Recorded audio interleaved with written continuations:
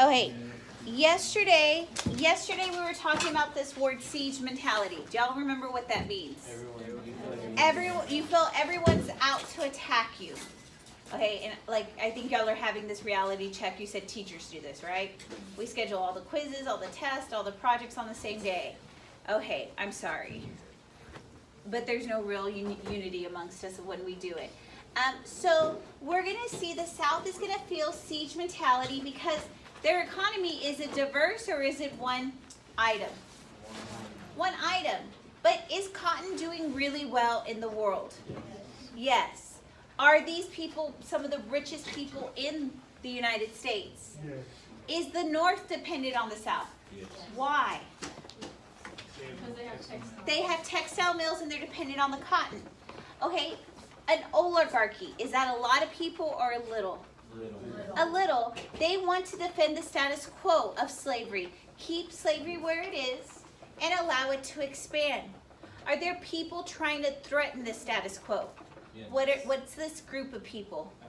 Abolitionists.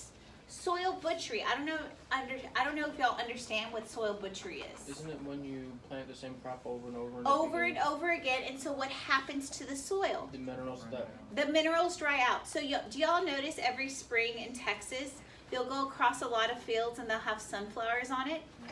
Sunflowers are seen as a revitalization for the soil. So a lot of farmers, instead of planting in the spring, they plant sunflowers. So what could happen to their soil? It could be revitalized. So, but with cotton going for a high price, do farmers want to keep on planting cotton? Yes, because what's going to happen to their wealth? But eventually, over the years, just leave it right there. Eventually, over the years, what's going to happen to how much they're producing on their land? It's going to go down. And what eventually is going to happen? Can they stay there any longer? No. So which way do they want to move? West. West to places like what? Texas, so they can get better soil. Does that bring up the issue of why they're interested in westward expansion? And they want those states to be what? Do y'all know the party that's getting in the way that's saying, no, we don't want slavery in the West? The free soils. Is it morally that they're getting against slavery, or is it economically? Okay, the next thing, their social structure is based on racial superiority. And we see those that defended it, they said that slaves, are they doing better than free people? Yeah, we saw that in chapter 16. Nat Turner's rebellion, someone had this in this class, it was a slave rebellion. Did it work out well? No, because they're going to put tougher slave codes on the African Americans. We're going to see there's anger over their dependency on northern manufactured goods, because how are northerners treated in comparison to southerners? Northern businessmen, do they have something that benefits them? Something that protects them. What is it? Ooh, what protects them and makes everybody buy American versus foreign? The tariff, the tax on it. And does a southerner get a tariff? No, so they dislike that we have to buy American and it goes at higher prices. We're going to see political actions. Did they like the Wilmot Proviso? Did it pass? Do y'all remember what party did it? It starts with a W, so it tells me the Whigs. And if I flip that W upside down, it gives me the area that it was about. W, it gives me an M, so it's over the Mexican Cession. And what do they want to abolish in the Mexican Cession? Did it pass? No. Nullification crisis, this dealt with the tariff. Is the South still going to have to pay that tariff? Yes, but it brought up that idea of secession. The Creole Affair just deals with another slave rebellion. I want us to look at this word because it was on our test last year and people were like, what does antebellum mean? I want you to write anti means before. Bellum means a war. So what before war am I talking about? Before the Civil War, this is called the antebellum period. Have you ever heard of Lady Antebellum? Before the war, that's what their name really means. The abolitionists are going to attack. We saw a whole slew of abolitionists in the Second Great Awakening. I've given you notes here because we all know they're against slavery, right? But we needed to get their accomplishments. It is right here. We see the American Anti-Slavery Society is created.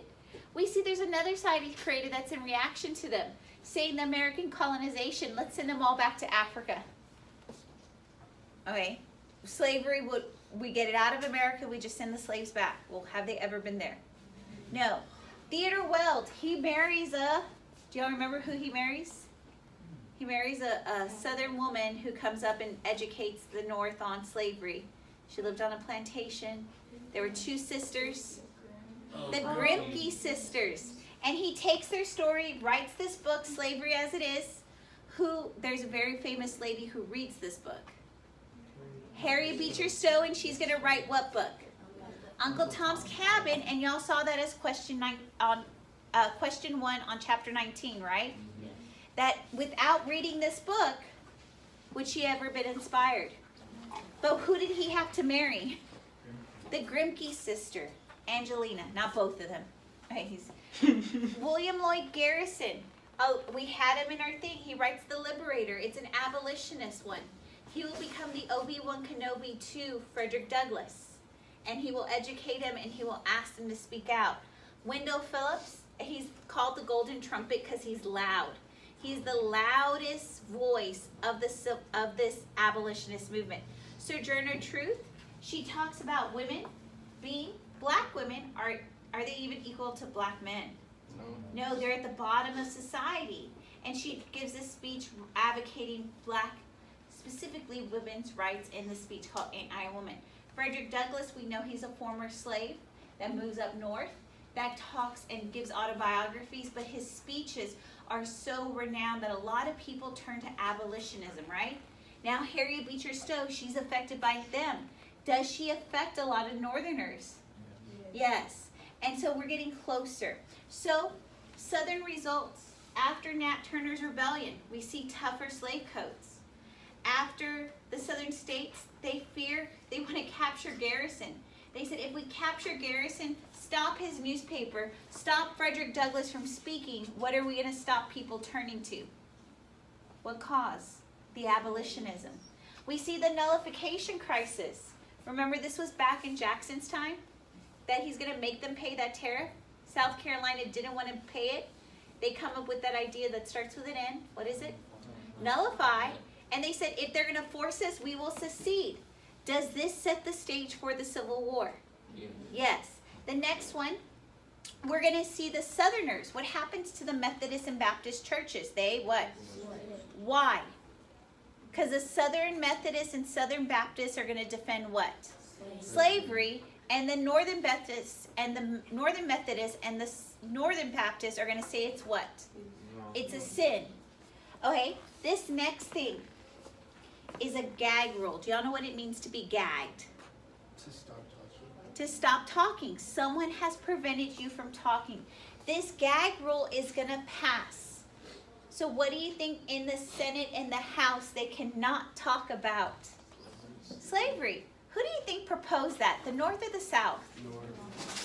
South. The South. Why? Because what are they fearful? Let's go back to this whole thing where we add California in, and what did it do to the balance? It tipped it in favor of who? The North. And so the South is very fearful that what do you think is going to be brought up in the halls of Congress? The abolition of slavery. And if we look at the votes, will they be able to vote it in to abolish it? So the South passes the gag rule. And they're hoping that what will never be brought up. Slavery. But do they still fear? Yes. So this group, it's the opposite of the abolitionists. What does it mean? Fire eater. They're passionate about what? Okay, so is this stuff that causes the Civil War just isolated to this time period? No, it has been starting for a very long time, right? We have talked about it happening after the War of 1812. And it goes back, if you go back to the back side of your notes, this is something we have been, and I cannot find the mouse. This is something we've been talking about for a very long time, that in the era of good feelings, what happened to the Federalist Party? It died. So what party did we have? The Democrats. But we said that this was supposed to be an era of good feelings, but it was a misnomer. What does misnomer mean? It doesn't mean what it means. It doesn't mean what it means. So if I were to call Sammy tiny, is that a misnomer? Yes. Because Sammy's very tall, right? Tiny's not the correct name. Okay, so we said this was an era of good feelings, but was it really good feelings? Even though we only had one party, we saw sectionalism rise up over issues. And I have it charted out up here. The North liked the tariff because what did it do to price? Drove it up, and it made people buy what? American. The South doesn't like it because are they protected by it? No. The West is kind of divided. They don't like the prices going up, but the tariff is going to pay for what? Internal roads and canals. The next issue on here is the bank. What area liked the bank? The North, right? They favored it because it gave the loans out to those manufacturers. Did the South like it?